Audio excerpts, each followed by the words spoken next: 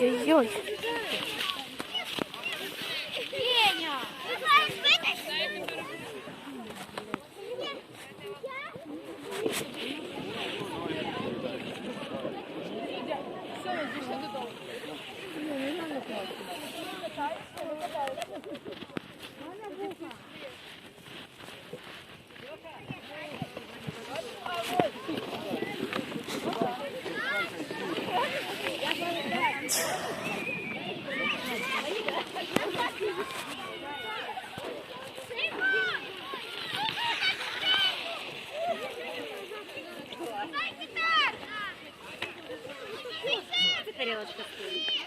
А я сейчас не знаю, того року що читали.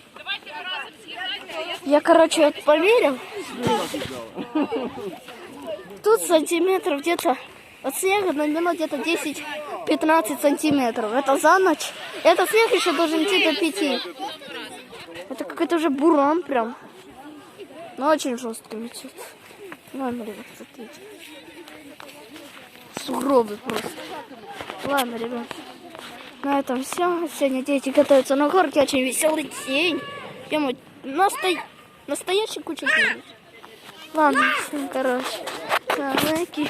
Подписываемся на канал. Вот такой снежный буран. На этом все. Всем пока. Я весь снег у дядек катается на льду.